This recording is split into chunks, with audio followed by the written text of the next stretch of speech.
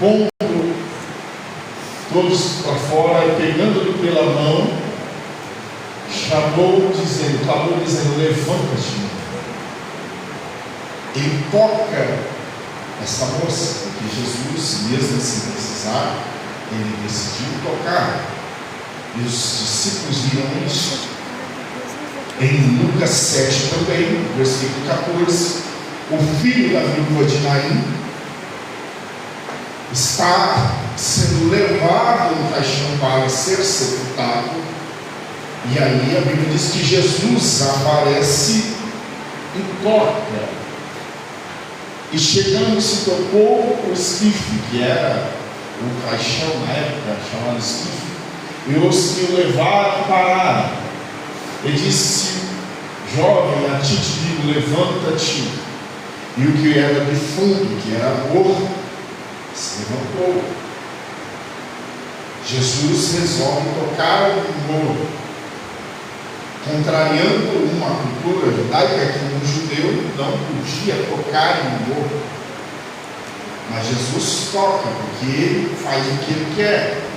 Aí a gente já começa a compreender por que levaram, por que a intenção desses homens aqui foi levar o cego até Jesus para que Jesus tocasse. Porque esses eventos, eles viram que aonde Jesus tocava, havia sinais. Aonde Jesus tocava, havia também ressurreição. Aonde Jesus tocava, havia cura. Então, eles levam este homem com a intenção: opa, se Jesus tocar nele, ele pode voltar a ver, porque era cego. Começamos a entender por que a intenção daqueles homens era que Jesus tocasse e não que simplesmente somente orasse por aquele homem, porque a mentalidade, a caminhada dos discípulos com Jesus era vendo Jesus tocar.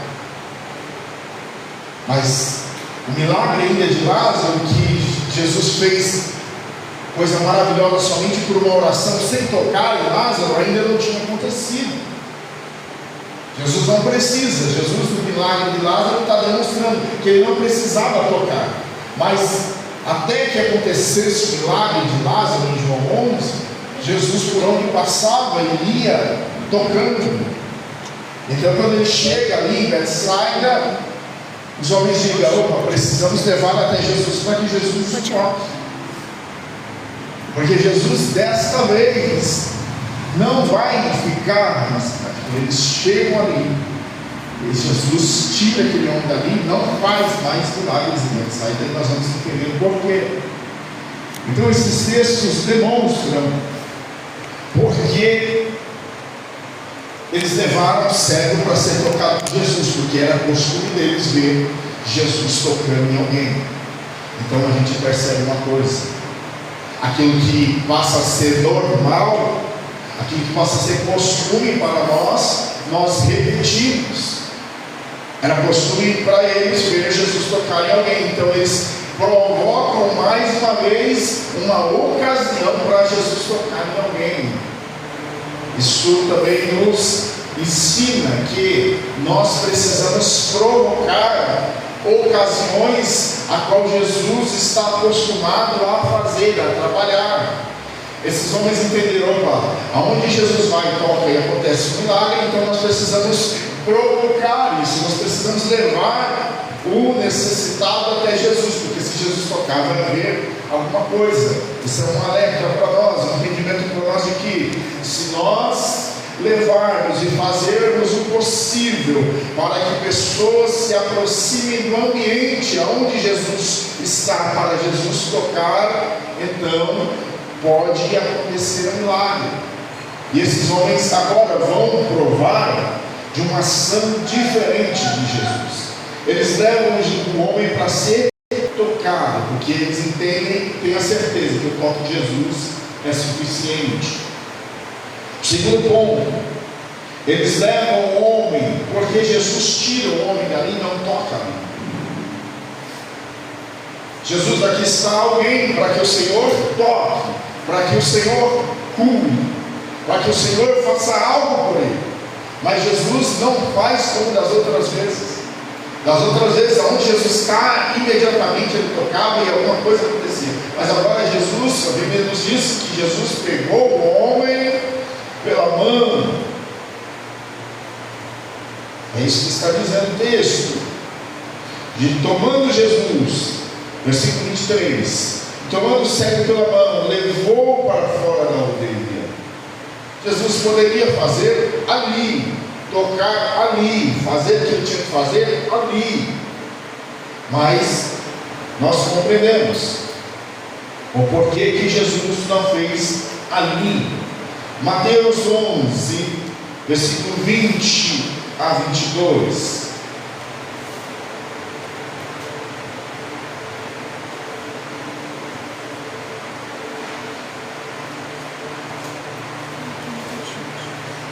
Isso é só um texto de exemplo para que você tenha um entendimento e possa formatar, ter um formato organizado de uma mensagem que você vai levar para alguém, não só na igreja, mas para alguém que necessita. Mateus 11, versículo 20 a 22. Ele disse: então começou a lançar em rosto diante deles as cidades aonde se operou maior parte dos seus prodígios, e por não se haverem arrependido, dizendo,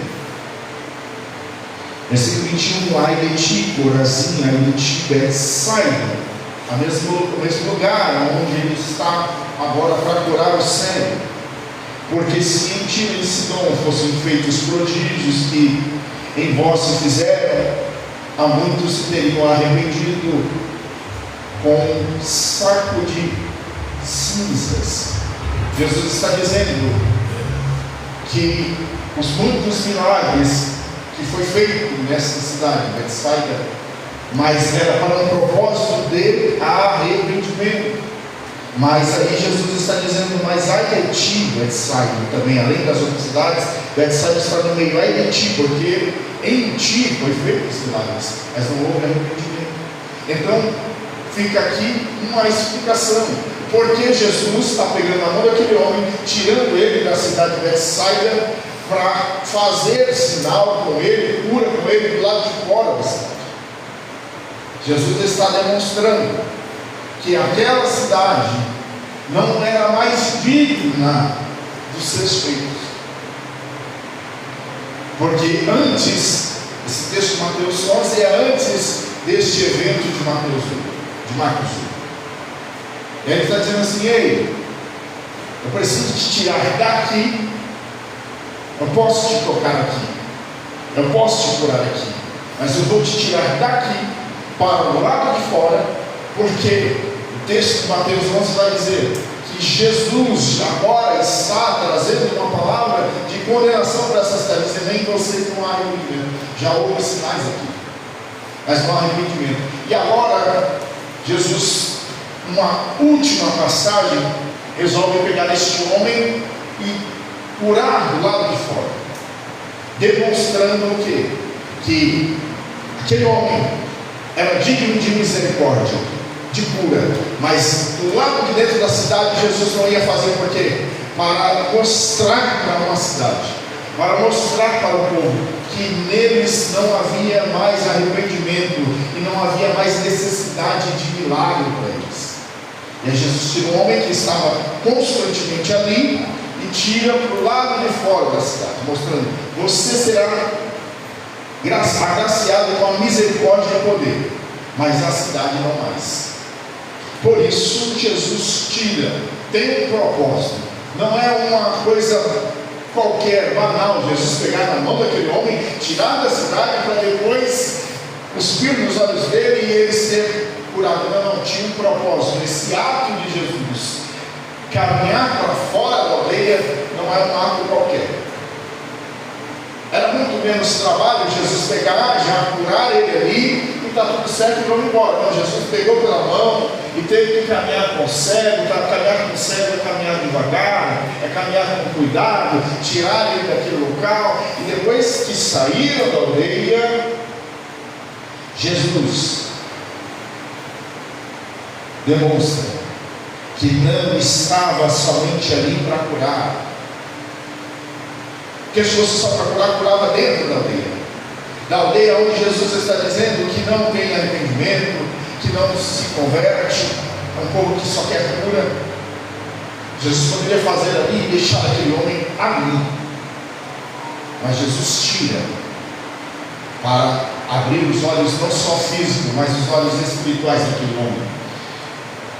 Depois de Jesus demonstrar em Mateus 11 que aquela cidade não tinha arrependimento, por isso Jesus não quis fazer milagre ali dentro. Aqui está a resposta: por que Jesus não curou o homem lá de dentro? Porque naquela cidade não tinha arrependimento. Diz Mateus 11, versículo 22, não tinha arrependimento. Fez muitos prodígios ali, mas não houve arrependimento. Os milagres e as bondades de Cristo para o propósito de transformar a vida do céu. Por isso, no versículo 26, Jesus vai dizer para aquele homem sair daquela casa. Porque uma cura sem mudanças não é o propósito de Deus. Em João 5, versículo 14, vai dizer que Jesus, depois de curar um homem, ele diz: não peques mais, para que coisa pior não te aconteça. João 5, 14. Encontrou o homem no templo e diz: eis que já está curado, já está são. Não peques mais, para que coisa pior não te aconteça. É o mesmo ato que Jesus está fazendo com este homem em Betsaida.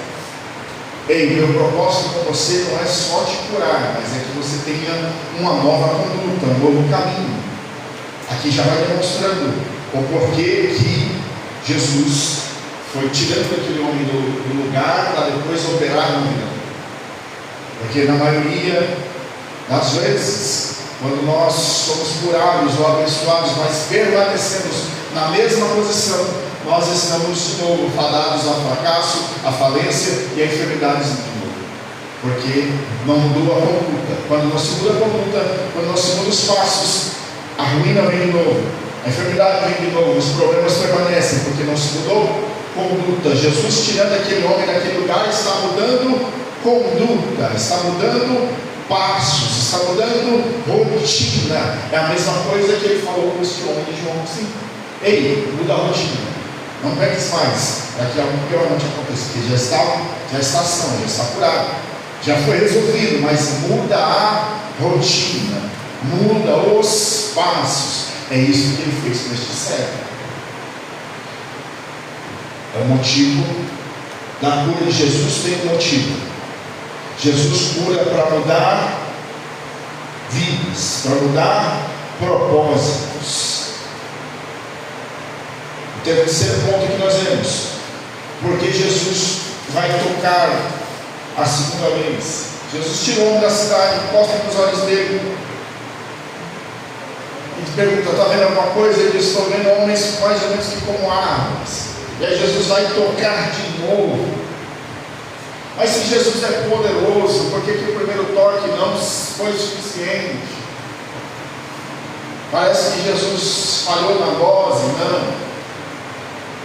Jesus não precisa, mas ele faz de uma vez, faz em 2 tempos, faz em quantos tempos ele quiser. A Bíblia diz: por que Jesus tocou a segunda vez? Jesus cuspiu nos olhos do homem e impôs as mãos, mas ainda o homem não estava totalmente curado, totalmente estabelecido. Mas a cura de Jesus iria transformar ele por dentro. Lucas 17, versículo 15 até o 18.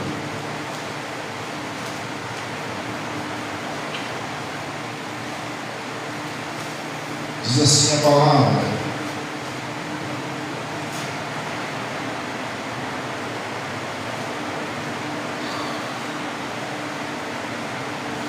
e um deles, dos leprosos, vendo que estava curado, voltou glorificando a Deus, e caindo a seus pés, com o rosto em terra, dando-lhe graças.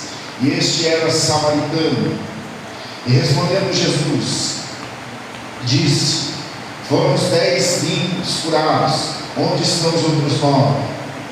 E não houve quem voltasse para glorificar a Deus, senão este estrangeiro.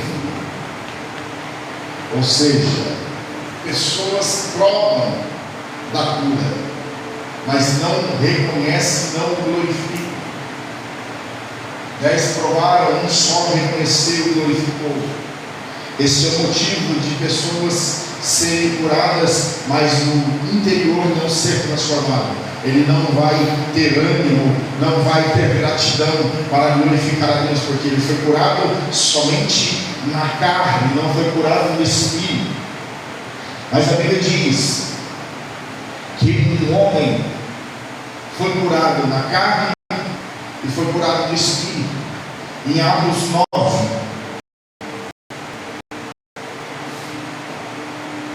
Jesus vai também tocar em 2 tempos na vida desse homem. O cego aqui, após nós estamos trabalhando em Marcos 8, Jesus toca uma vez e toca a segunda vez. E por quê? Em Atos 9, na conversão de Paulo, isso explica. Paulo vai perseguir a igreja, e Jesus aparece para ele no meio do caminho, e Paulo é tocado por dentro, não só por fora, mas por dentro, e ele é convertido. Então ele fica com aquela experiência de Jesus aparecer para ele, ele fica cego por 3 dias. Por dentro está transformado, convertido, mas por fora está enfermo, está sem visão. E aí Jesus vai tocar pela segunda vez em Paulo. Como? Jesus vai usar a igreja, vai usar Ananias. Atos 9, versículo 18. Coloca aí para os irmãos verem.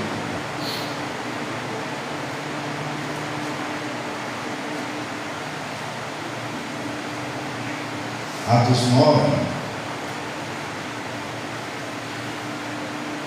versículo 18. Coloca o versículo 17 também.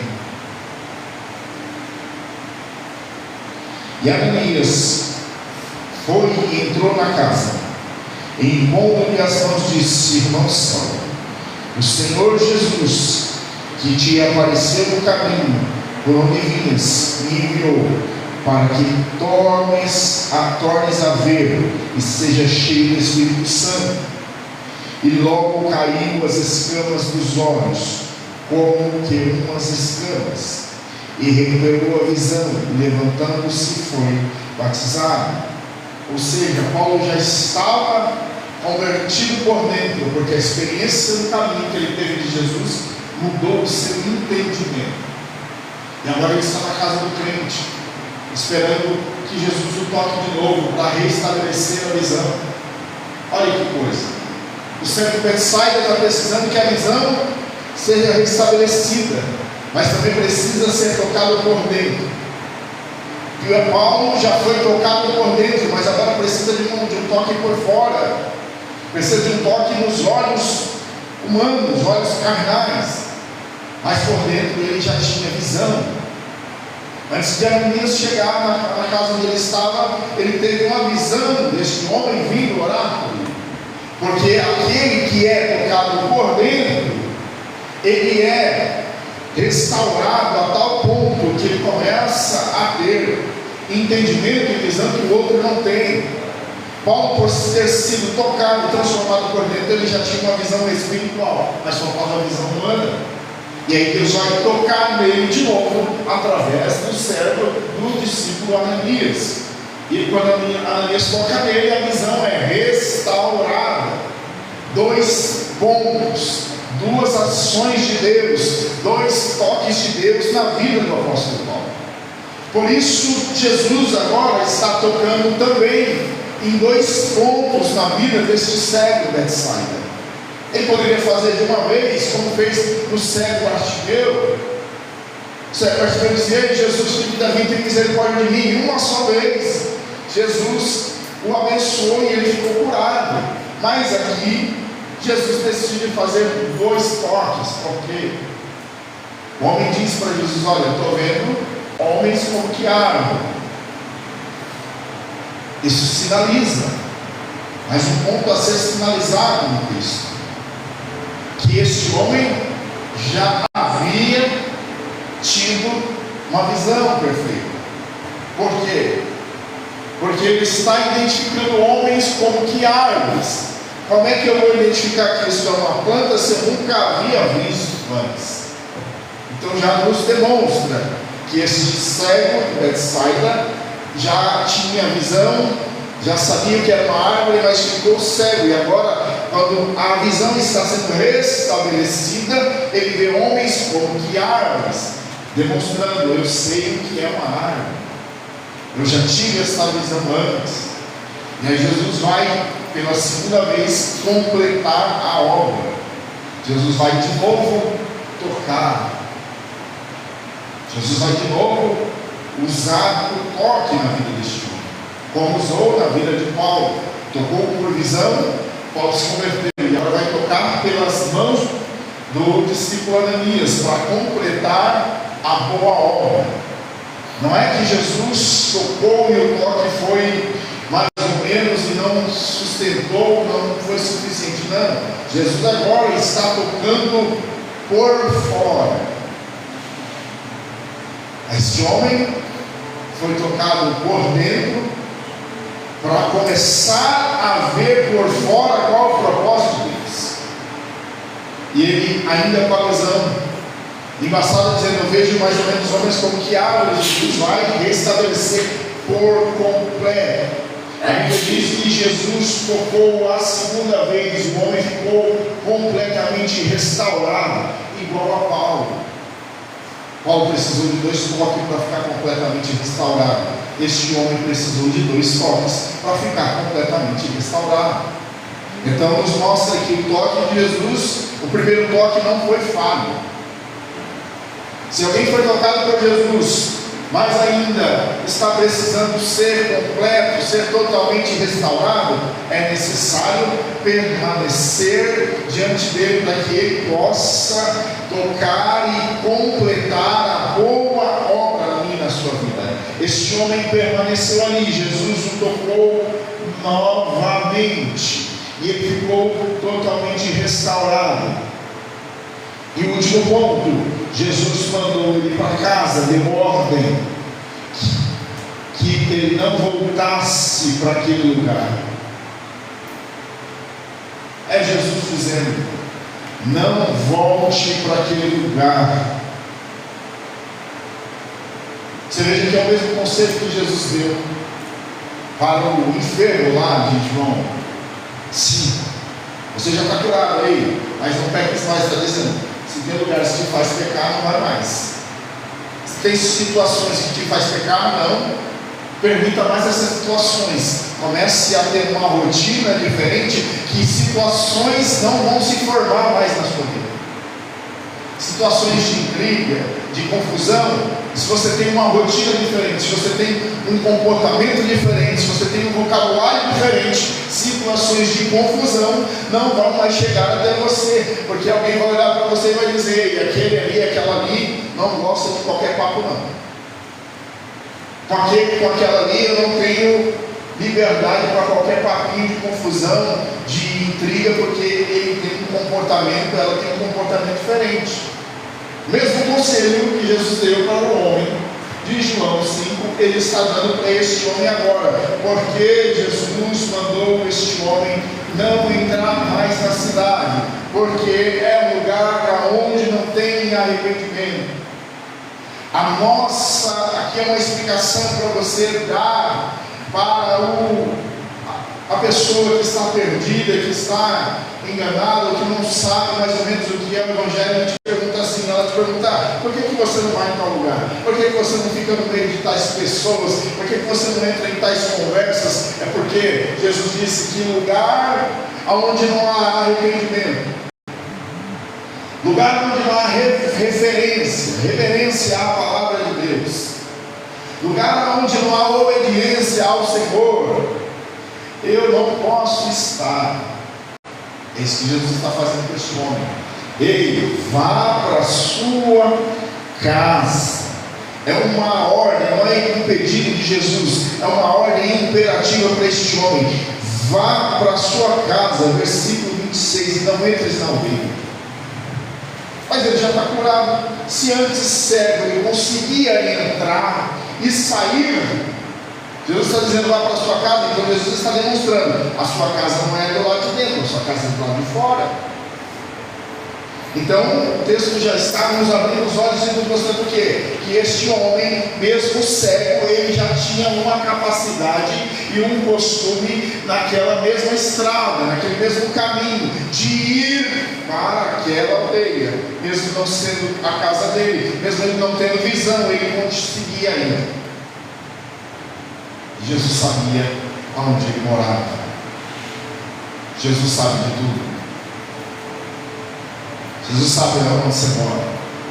Jesus sabe os seus passos. Jesus sabe que você, mesmo com limitações, Ele sabe que você está pisando em lugares que não deveria pisar. Jesus sabe que mesmo com limitações você está fazendo o que você não deveria fazer.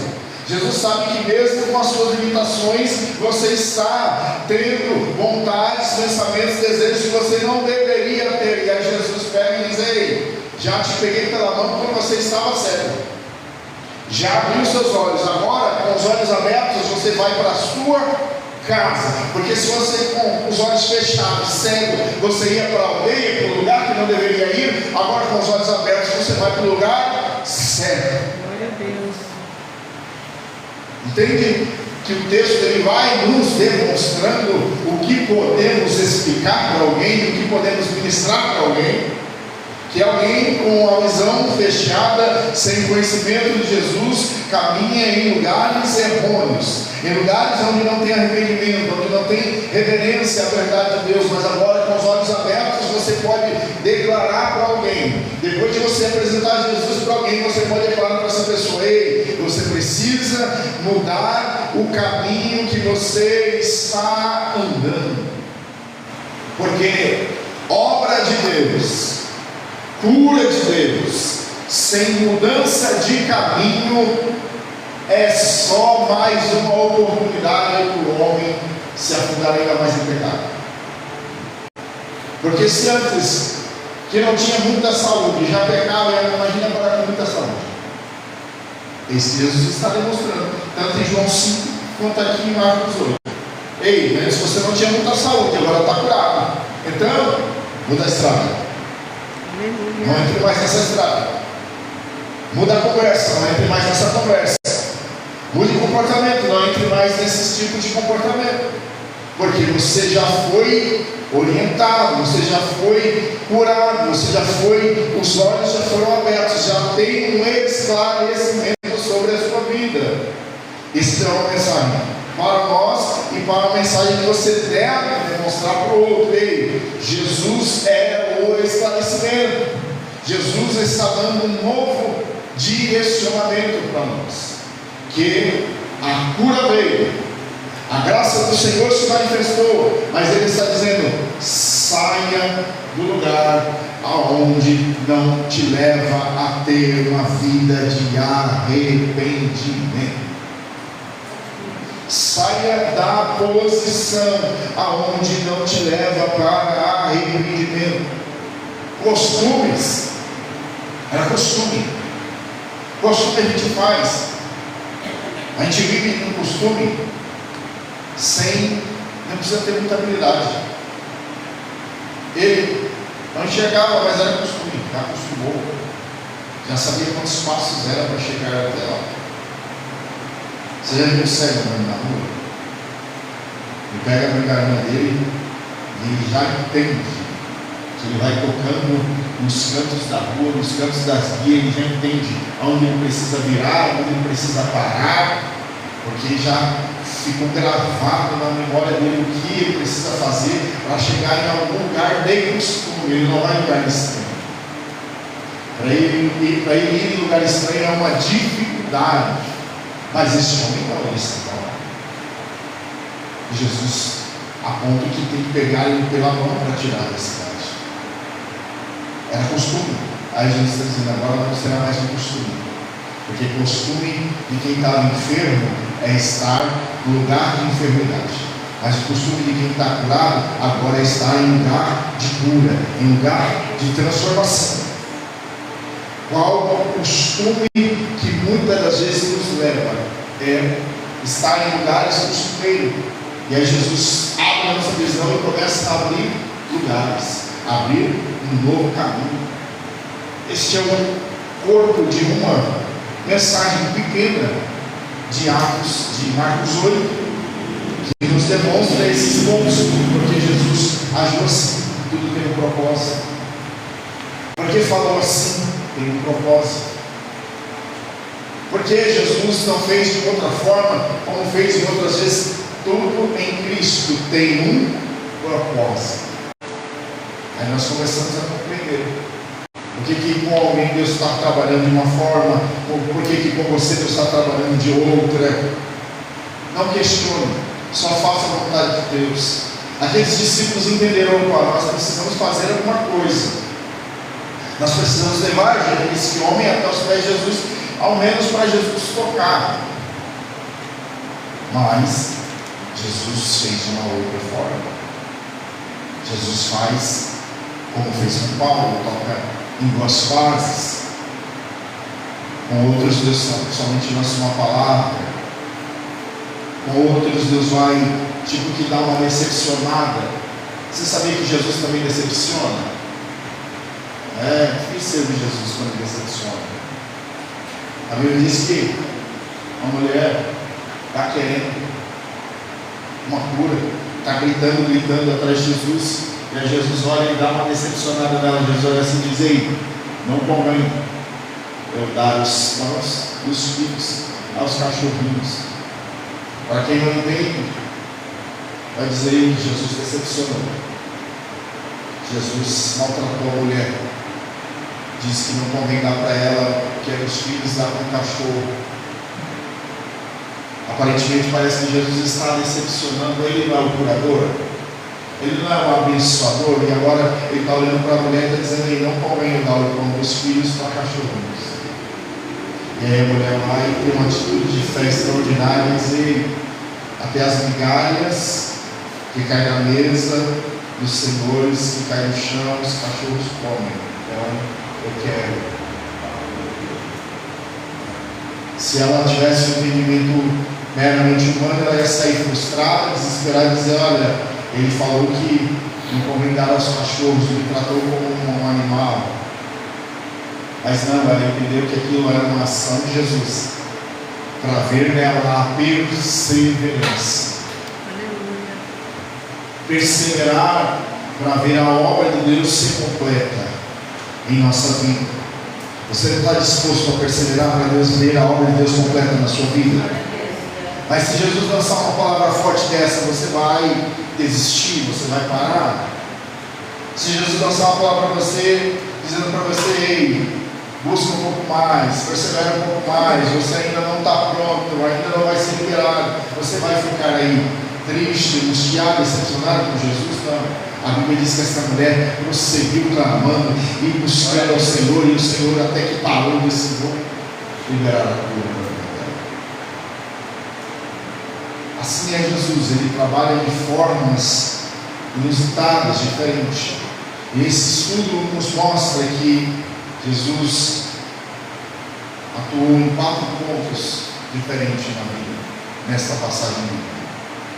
E nesse estudo de introdução bíblica, nós vamos entender que há pontos na Bíblia que nós precisamos saber o significado de algumas palavras, para nós não nos confundirmos com o nosso modo de falar, com o nosso idioma. Quando Davi estava na sua oração em Salmo 51, versículo 7, ele diz: Senhor, purifica-me com isso, ficarei puro. O que Davi está dizendo isso? Ísopo é um arbusto. E se nós confundirmos com nosso português, com a nossa palavra, nós vamos pensar que é isopor, que é algo, um objeto, mas Davi está falando de um arbusto que Moisés usou para salpicar, para consagrar dentro do tabernáculo, ísopo, um arbusto.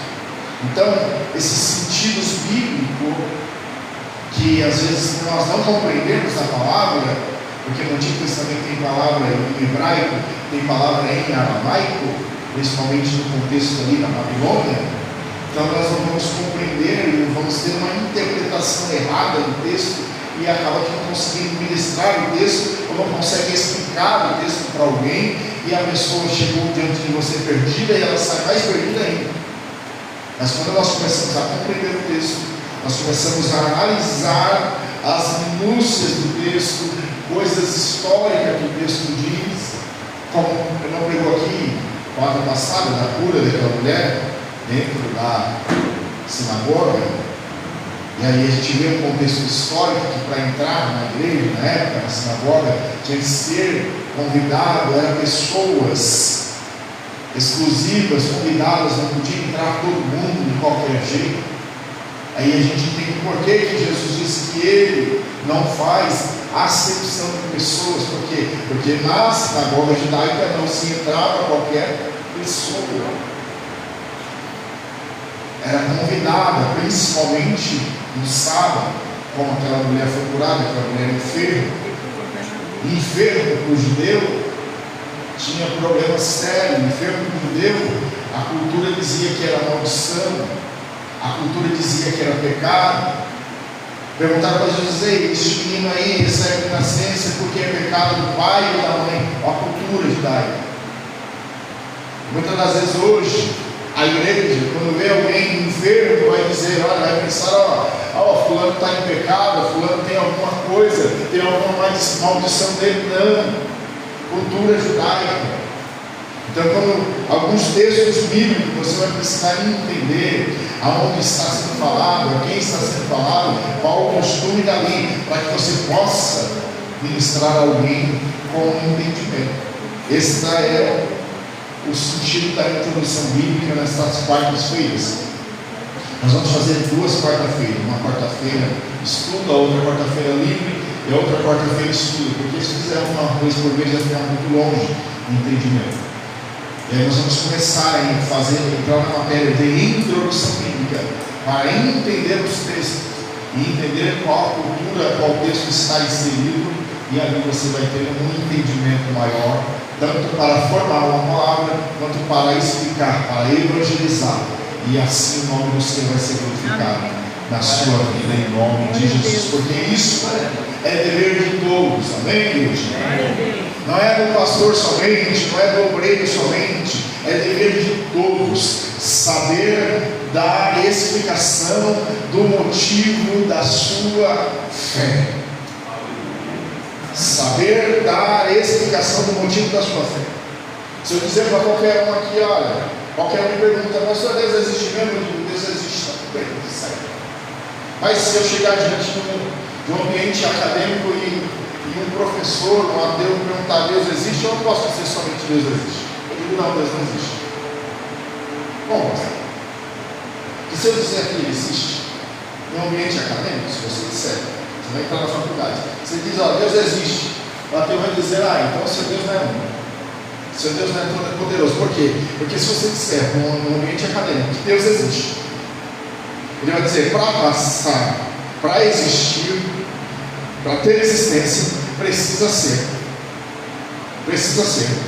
feito por alguém, precisa ser formado de alguma forma. Para ter existência precisa ser formado. Por isso eu digo no ambiente acadêmico, você diz no ambiente acadêmico, Deus não existe, Deus é a razão de toda a existência. Que existir, alguém é formado, alguma coisa é formada e passa a existir. Uma matéria é formada e passa a existir. Adão foi formado quando a terra e passou a existir. Deus não existe somente, ele é a razão de toda a existência.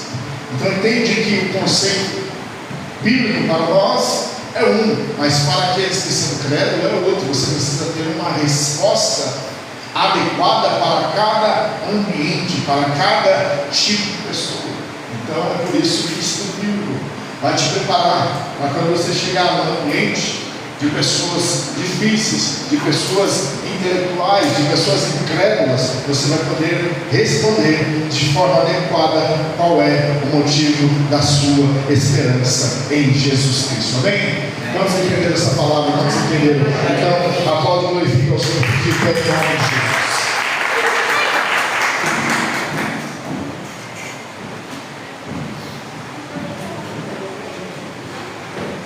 Quarta que vem, culto livre. Na outra quarta nós vamos entrar na matéria de introdução bíblica, tudo sobre a questão da bibliologia, como a Bíblia foi formada, o que ela nos mostra, como foi documentado, e é muito bom sabermos disso também. E vamos entrar em vários temas também, para que possa sanar muitas dúvidas no meio da igreja. Amém? Que você possa crescer mais e mais em conhecimento e sabedoria diante do Senhor. Vamos orar neste momento. Senhor Deus Santo e poderoso, nesta hora, Pai, nós oramos e agradecemos porque o Senhor é bom e a sua misericórdia dura para sempre. Sabemos, ó Pai, que nós estamos debaixo da revelação do Senhor. Só podemos compreender aquilo que nos foi revelado pela Tua palavra. Sabemos, Senhor, que tudo que o Senhor fez, tudo que o Senhor operou, ainda não está tudo em nossa disposição. Não está tudo revelado aqui nesta palavra, mas o que está revelado, nós podemos compreender e viver segundo a Tua palavra.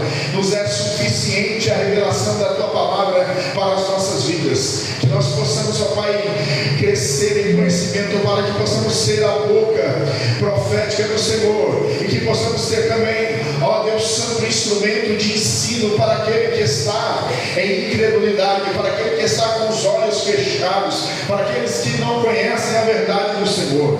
Em nome de Jesus Cristo, que cada um dos teus filhos possam crescer em entendimento da Tua presença, crescer na Tua graça, na Tua unção, e o poder do Senhor se manifeste na vida dos teus filhos.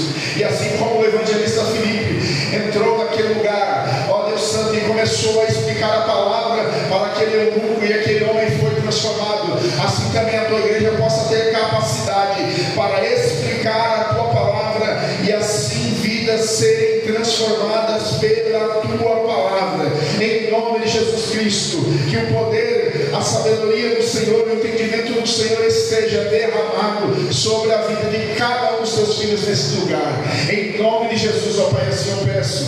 Guarda, Senhor, os Teus filhos amparados debaixo da Sua potente mão de volta para casa, e que o nome do Senhor seja exaltado, e que eles possam ser a boca profética e de entendimento do Senhor na face da terra. Assim, Pai, nós pedimos e agradecemos nessa hora, em nome de Jesus. Amém? Ergue as suas mãos, que o grande amor de Deus Pai, a graça de nosso Senhor e Salvador Jesus Cristo, que a comunhão e a consolação do Santo Espírito de Deus esteja com todos, não somente agora, mas para todos sempre. Todos dizem amém.